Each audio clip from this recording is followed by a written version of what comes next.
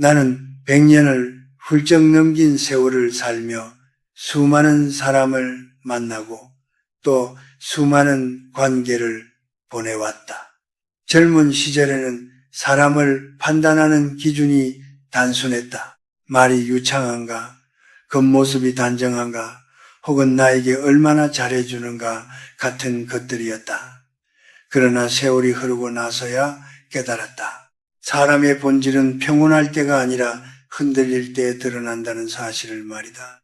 특히 술자리만큼 인간의 본 모습이 선명하게 드러나는 순간도 드물다. 나는 평생 수많은 제자들과 동료들과 함께 술잔을 기울였다. 어떤 이는 평소에는 누구보다 점잖고 온화했지만 술이 들어가면 언행이 거칠어지고 타인을 상처 입히곤 했다.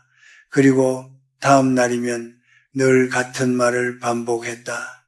어제는 술 때문에 그랬습니다. 그러나 나는 오래전부터 그 말이 틀렸다는 것을 알고 있었다. 술이 사람을 바꾸는 것이 아니라 술은 단지 그 사람 안에 있던 것을 드러낼 뿐이라는 것을 말이다. 노년에 이르러 나는 하나의 기준을 세웠다.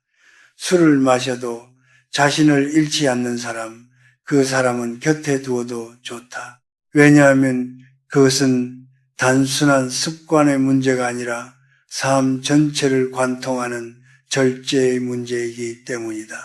절제는 하루아침에 만들어지지 않는다. 그것은 수십 년 동안 자신을 다스려 온 사람만이 가질 수 있는 힘이다. 나는 젊은 시절 한 친구를 잃은 적이 있다. 그는 머리가 비상했고 사업 수완도 뛰어났다. 많은 사람들이 그를 부러워했다. 하지만 그는 술 앞에서만큼은 무너졌다. 기쁠 때도 마셨고 슬플 때도 마셨으며 결국 아무 이유 없이도 마시게 되었다.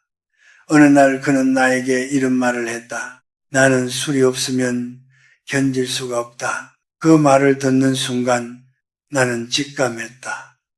그는 이미 술을 마시는 사람이 아니라 술에 의해 살아가는 사람이 되어버렸다는 것을. 그리고 몇 해 뒤 그는 모든 것을 잃었다. 재산도, 명예도, 인간관계도. 남은 것은 오직 후회뿐이었다. 그때 나는 마음속으로 되뇌었다. 행복해서 마시는 술은 인간을 부드럽게 하지만 불행을 잊기 위해 마시는 술은 인간을 파괴한다. 이 말은 단순한 교훈이 아니다. 나의 긴 삶이 증명해낸 하나의 사실이다. 사람들은 종종 착한 사람을 조금 어리숙하다고 말한다. 나 역시 젊은 시절에는 그런 생각을 한 적이 있다. 그러나 지금은 다르게 본다. 진짜 어리석은 사람은 욕망을 이기지 못하는 사람이고 진짜 지혜로운 사람은 자신의 경계를 지킬 줄 아는 사람이다. 술자리에서 목소리를 높이지 않고 타인을 깎아내리지 않으며 스스로의 한계를 알고 멈출 줄 아는 사람, 그런 사람은 비단 술자리뿐 아니라 인생의 모든 장면에서 균형을 잃지 않는다. 고대 한 철학자는 이런 말을 남겼다. 자신을 이기는 자가 세상을 이기는 자보다 위대하다.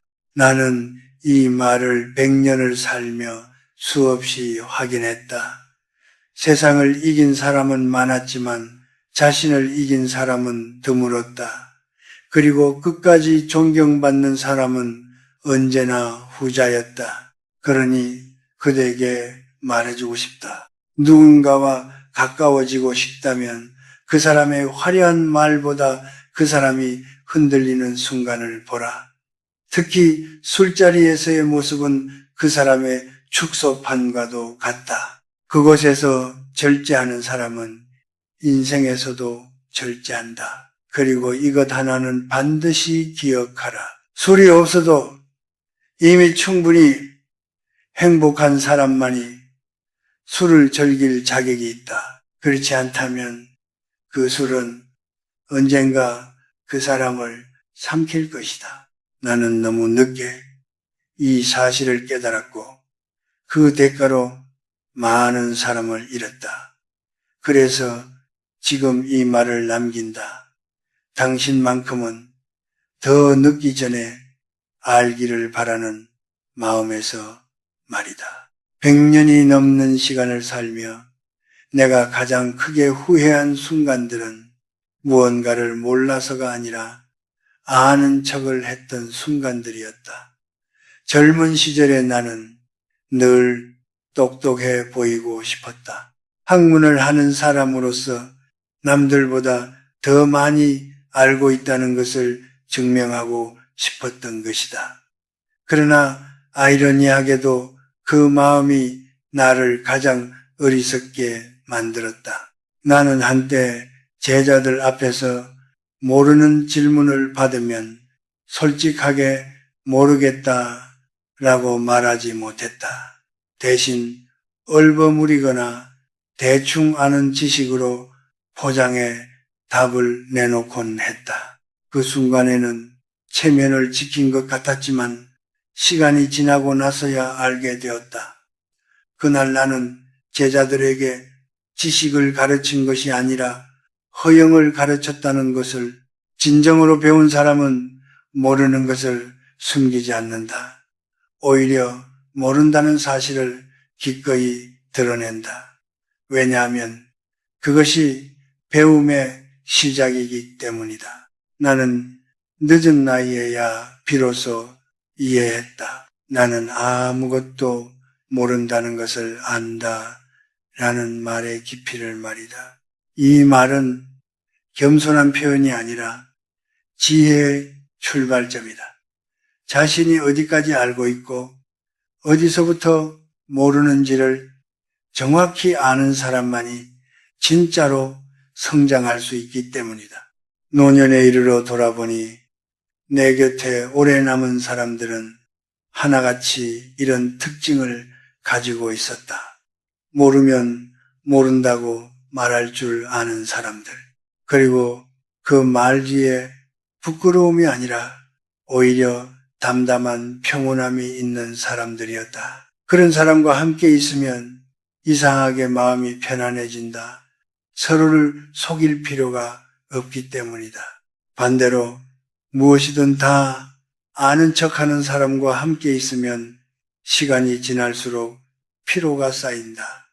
그 사람은 나를 속이기 전에 이미 자기 자신을 속이고 있기 때문이다. 나는 한 동료 교수를 떠올린다. 그는 늘 조용했고 회의 자리에서도 말을 많이 하지 않았다. 그러나 누군가 질문을 하면 그는 종종 이렇게 말했다. 그 부분은 제가 더 공부해 보겠습니다. 처음에는 그가 자신감이 없는 사람이라고 생각했다. 하지만 몇 년이 지나고 보니 가장 깊이 있는 통찰을 내놓는 사람은 언제나 그였다. 그는 서두르지 않았다. 대신 정확하려 했다. 그는 뽐내지 않았다. 대신 쌓아갔다. 그리고 나는 그를 보며 깨달았다. 지식이 많은 사람과 지혜로운 사람은 전혀 다른 존재라는 것을. 이야기를 조금 바꾸어 보자. 사람은 단지 아는 척만 하는 것이 아니라 종종 도와주는 척도 한다. 나는 평생 수많은 인간관계를 지켜보며 한 가지 흥미로운 사실을 발견했다. 남의 일에 쉽게 끼어드는 사람일수록 자신의 삶에는 공허함이 많다는 것이다. 그들은 늘 이렇게 말한다. 나는 그 사람을 위해서 그랬을 뿐이야. 하지만 과연 그럴까?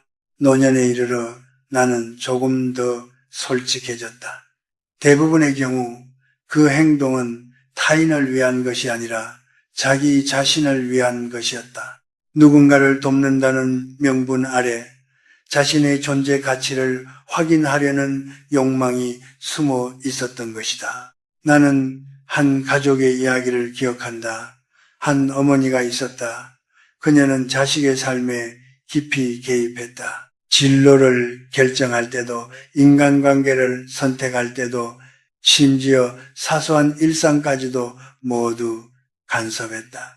그녀는 늘 말했다. 나는 너를 위해서야. 하지만 그 결과는 어땠는가? 그 자식은 결국 자신의 삶을 선택할 힘을 잃어버렸다. 그때 나는 다시 한번 깨달았다. 도움이라는 것은 상대가 원할 때 비로소 의미가 있다는 것을 묻지 않은 도움은 배려가 아니라 침범이 될 수 있다. 동의 없는 조언은 사랑이 아니라 통제가 될 수 있다. 그래서 나는 지금도 이렇게 말하곤 한다. 정말 돕고 싶다면 먼저 물어보라. 도움이 필요한지. 그리고 만약 돕게 된다면 대가를 바라지 말아야 한다. 그것이 진짜 도움이다. 대가를 기대하는 순간 그 행동은 이미 거래가 되어버리기 때문이다. 한 노철학자의 말이 떠오른다. 지혜로운 사람은 타인의 삶을 대신 살아주려 하지 않는다. 이 말은 내가 100년을 살며 체득한 진리와도 같다. 우리는 각자의 삶을 살아야 한다. 누군가 대신 걸어줄 수 없는 길이다. 그러니 그대가 사람을 곁에 둘 때 이것을 기억하라. 모른다고 말할 수 있는 사람. 그리고 남의 삶에 함부로 들어가지 않는 사람. 이 두 가지를 가진 사람은 결코 가볍지 않다. 그는 이미 자신과 타인의 경계를 이해하고 있는 사람이기 때문이다. 그리고 그런 사람과 함께라면 관계는 오래간다. 왜냐하면 그 관계에는 거짓도 억지로 밀어붙이는 힘도 없기 때문이다. 나는 이제야 안다. 인간관계에서 가장 편안한 거리는 서로를 존중하는 거리라는 것을. 세월이 길어질수록 사람을 바라보는 눈도 변한다. 젊은 날에는 돈이 많은 사람, 성공한 사람, 이름이 알려진 사람 곁에 서고 싶었다. 그것이 곧 나의 가치를 높여줄 것이라 믿었기 때문이다. 그러나 100년이 넘는 시간을 지나오며 나는 분명히 알게 되었다. 사람의 가치는 그가 가진 것에 있지 않고 그가 어떤 생각을 품고 있는가에 있다는 사실을 말이다. 돈은 분명 필요하다. 그것 없이 살아가는 것은 불가능하다. 하지만 돈은 생각보다 빨리 생기기도 하고 또 놀라울 만큼 쉽게 사라지기도 한다. 반면 지혜는 다르다. 그것은 오랜 시간, 수많은 선택과 후회, 그리고 성찰 속에서만 조금씩 쌓인다. 그래서 나는 이제 사람을 볼 때 그 사람의 지갑이 아니라 그 사람의 생각을 먼저 본다. 나는 젊은 시절 부유한 사람들과 어울리며 많은 것을 배울 수 있을 것이라 기대한 적이 있다. 그러나 그 기대는 오래가지 않았다. 어떤 이들은 돈은 많았지만 말 한마디에 타인을 무너뜨리기도 했고 작은 이익 앞에서 쉽게 신뢰를 버리기도 했다. 그때 나는 깨달았다. 부유함과 품격은 전혀 다른 것이라는 것을. 반대로 가진 것이 많지 않아도 깊은 생각을 가진 사람들을 만난 적이 있다. 그들은 말이 많지 않았지만 한마디 한마디에 무게가 있었다. 그들과 대화를 나누고 나면 이상하게 마음이 맑아졌다. 마치 흐린 물이 가라앉고 맑아지는 것처럼 말이다. 그래서 나는 스스로에게 이렇게 말하곤 했다. 배부른 돼지가 되기보다는 생각하는 인간으로 남아라. 이 말은 다소 거칠게 들릴지 모르지만 내가 평생을 통해 내린 결론이다.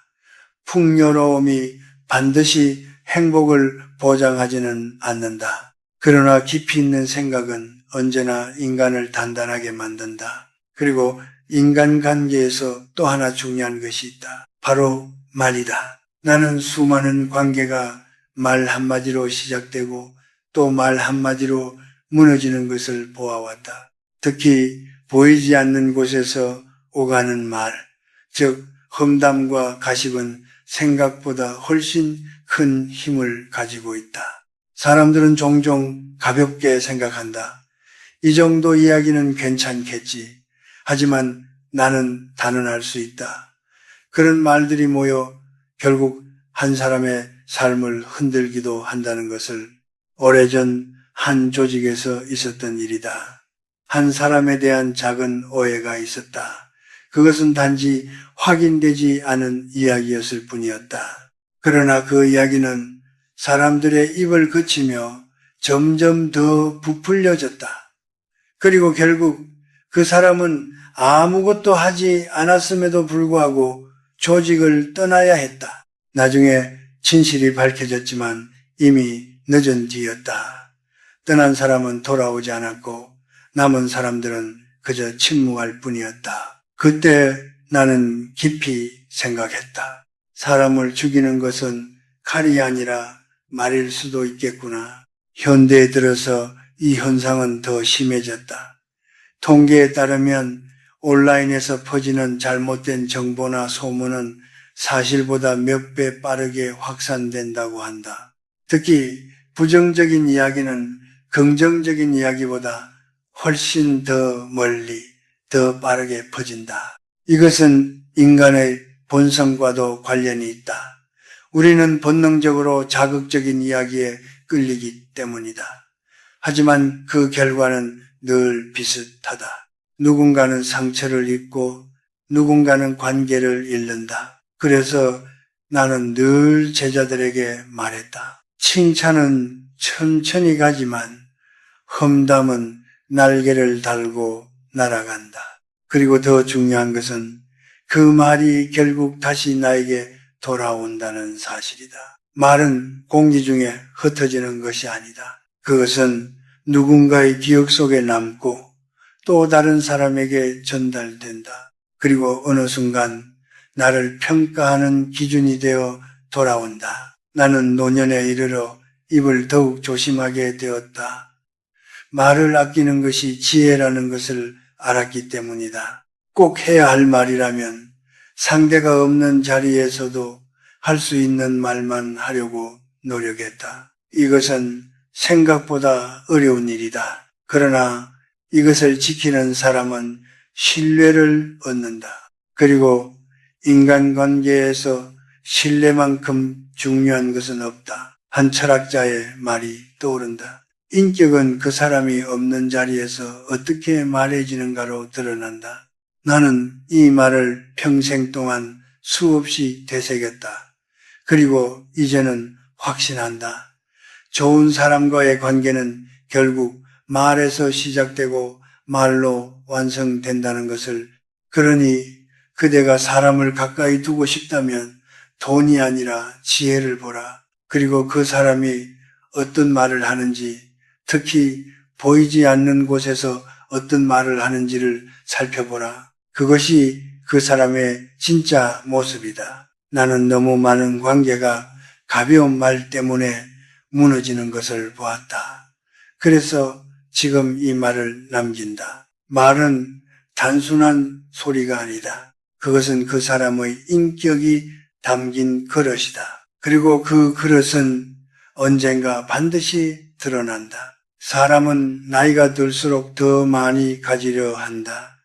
이것은 이상한 일이 아니다. 젊은 시절에는 미래를 위해 무언가를 쌓아야 했고 중년이 되면 그것을 지키기 위해 더 많은 것을 원하게 된다. 그러나 100년을 넘긴 지금 나는 오히려 반대의 결론에 도달했다. 인간을 지치게 만드는 것은 부족함이 아니라 끝없는 욕망이라는 것을 말이다. 나는 평생 수많은 사람을 보아왔다. 이미 충분히 가진 사람인데도 늘 부족하다고 느끼는 이들이 있었다.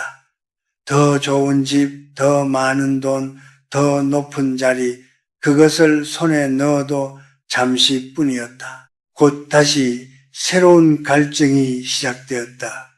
마치 바닷물을 마시는 것과 같았다.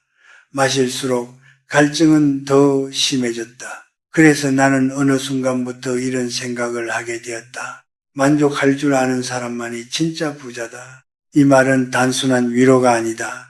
오랜 시간 동안 수많은 삶을 관찰하며 얻은 결론이다. 실제로 노년층을 대상으로 한 여러 연구에서도 비슷한 결과가 나온다.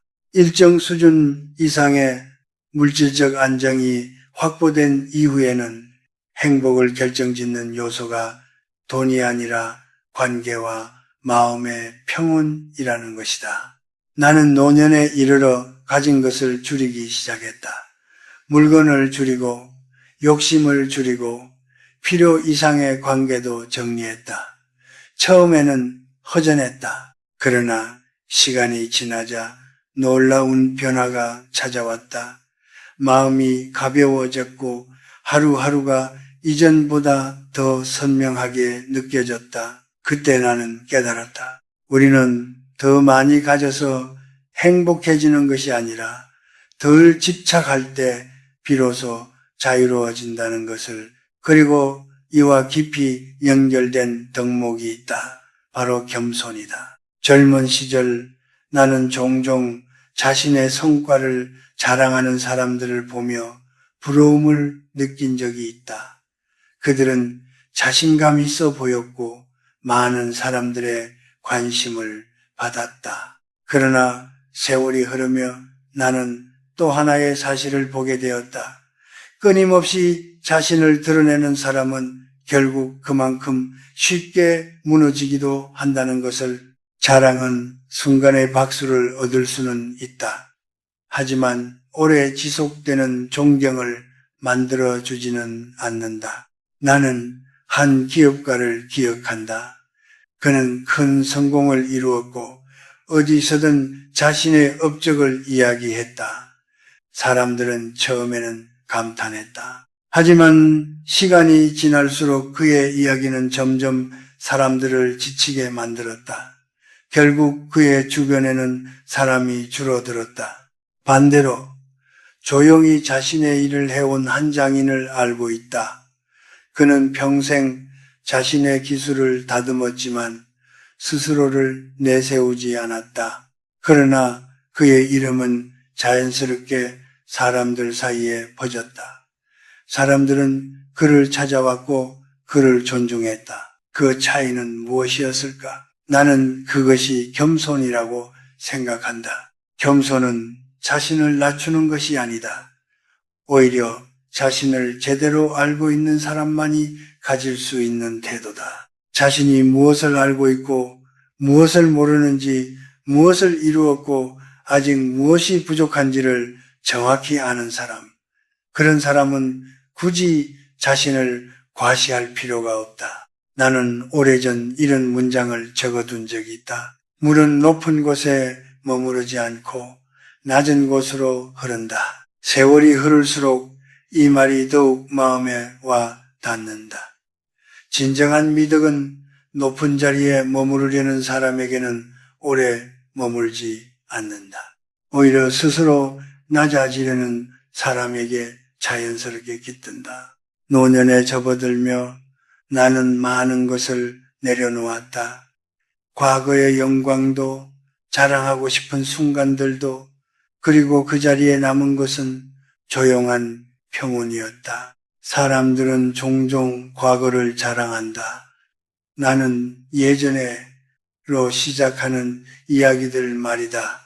그러나 나는 단언할 수 있다. 과거의 이야기로만 살아가는 사람은 현재를 잃어버린 사람이다. 행복한 사람은 지금을 산다. 그리고 겸손한 사람은 그것을 굳이 말로 증명하려 하지 않는다. 또 하나 기억해야 할 것이 있다. 우리는 모두 각자의 정원을 가꾸는 사람이라는 것이다.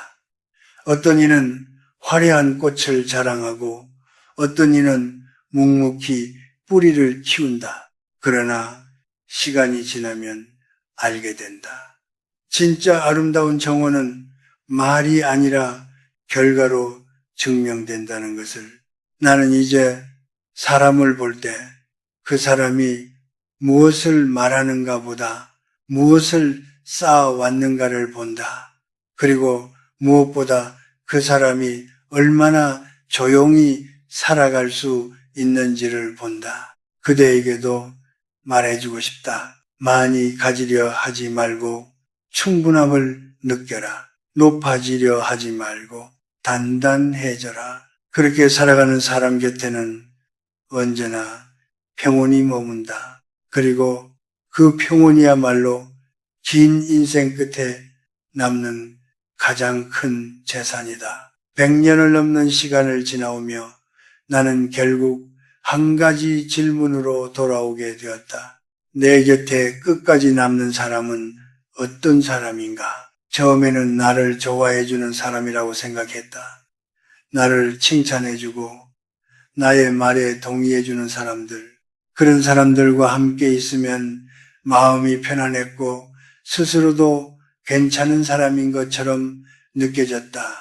그러나 세월은 그 착각을 오래 허락하지 않았다. 진짜로 나를 지켜준 사람들은 오히려 나를 불편하게 만들던 사람들이었다.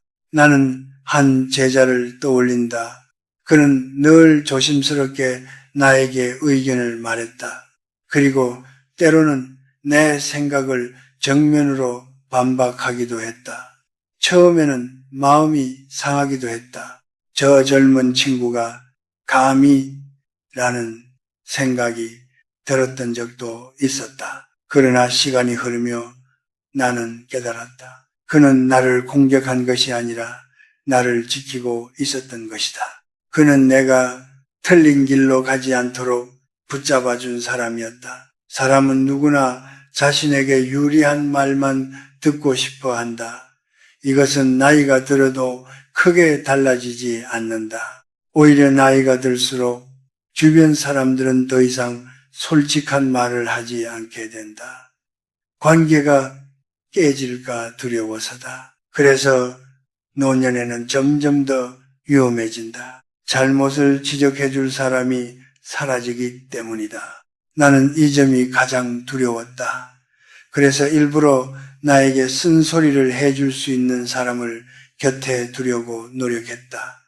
그리고 그런 말을 들을 때마다 마음속으로 되뇌었다. 이 말은 나를 위한 것이다. 고대의 한 현자는 이렇게 말했다. 귀에 거슬리는 말이 마음을 살린다. 이 말은 결코 과장이 아니다. 나는 이 말을 믿고 살았고 그 덕분에 여러 번 큰 실수를 피할 수 있었다. 물론 쓴소리를 하는 사람을 구별하는 눈도 필요하다. 모든 비판이 다 옳은 것은 아니기 때문이다. 그러나 중요한 것은 그 사람의 의도다. 나를 깎아내리기 위해 하는 말인지 아니면 나를 위해 위험을 감수하고 하는 말인지 그것은 시간이 지나면 분명히 드러난다. 그리고 또 하나, 나는 인간을 두 부류로 나누어 보게 되었다. 실수를 했을 때 남을 탓하는 사람과 스스로를 돌아보는 사람.